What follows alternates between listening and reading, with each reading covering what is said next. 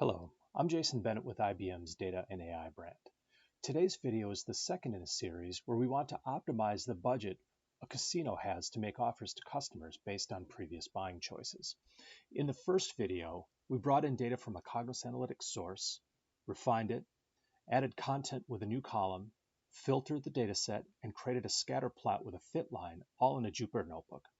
We then took those results and exported them into a format that we could use in a dashboard.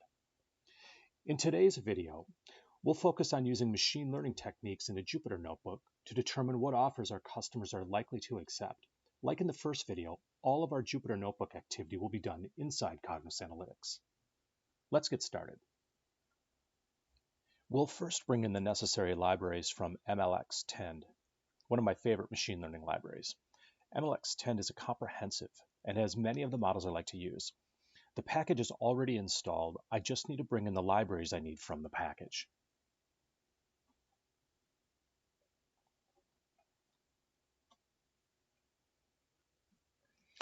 In the next step, we're going to declare what are called features of our dataset. In other words, what are the columns in the dataset we want the association model to look at to determine what people have purchased before and what buying group they fall into. I'm also going to perform a process called one-hot encoding. This looks at the original data set for each customer and product and assigns a 1 if they had a prior purchase with a product and a 0 if they didn't.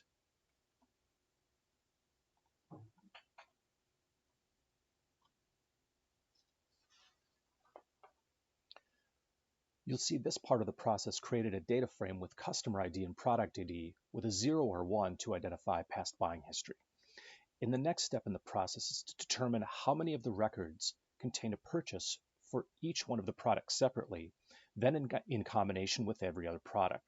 For example, the number of records with a previous purchase of product 1 only, product 2 only, then the number of purchases where product 1 and 2 were present, then product 1 and 3 were present, and so on. We're also going to declare a minimum support or occurrence of each combination of transactions. We'll declare this as 10%.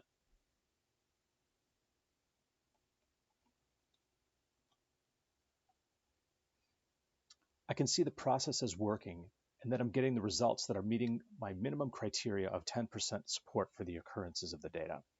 I'm now going to call on the association rules library to assign the confidence level of the prediction the model computes that one of my customers will buy from me. This is a key part in answering the business question I have of what offers to make to my customers based on previous buying choices.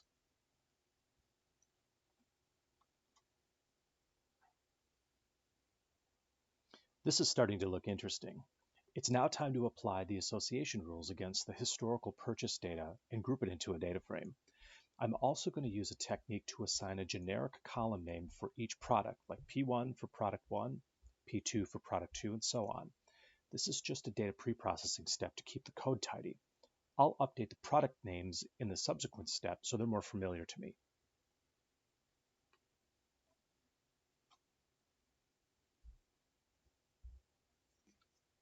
As I mentioned, in this next step, we're going to rename the columns to products that are more familiar to me. That'll make it easier in subsequent steps.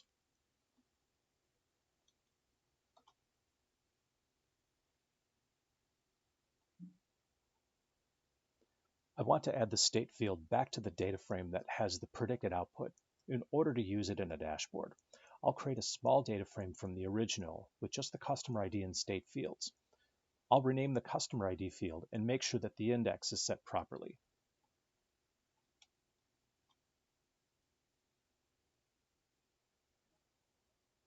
Finally, let's send the results to a file that I can pull into a dashboard.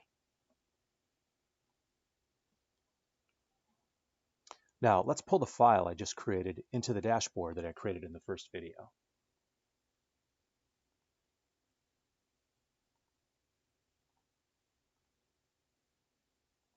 Since we added state back, let's create a geographical map.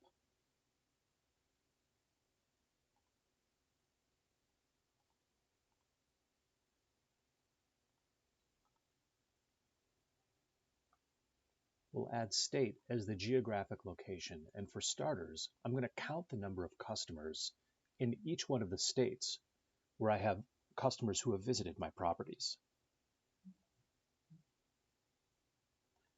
Next is the point layer. I'll add state back as the location, but I'll add one of my measures to determine the size.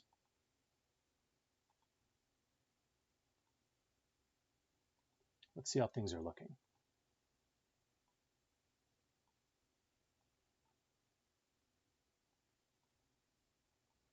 Now I can already see that Florida has a significant number of customers in it, more so than Georgia does. But the offer percentage for event tickets for Florida is less than it is in Georgia. I'm seeing a similar phenomenon with some of the Midwest states and even into the plains. I certainly have new insights that I need to better understand before I start marketing. In this video, we determined the number of customers who have historically made a purchase with us. We also computed the grouping of products they fell into. Finally, we used an a priori model to calculate if any other products drove the purchase of an item or were a result of the purchased item. Finally, we joined this computed data set with the state the customers live in to gain insights in population density and average offer propensity. It would have been very, very difficult to do this by hand, and especially if the variables or data sets rapidly change as they often do. As with the first video segment, I've done all of these steps inside my analytical system, Cognos Analytics.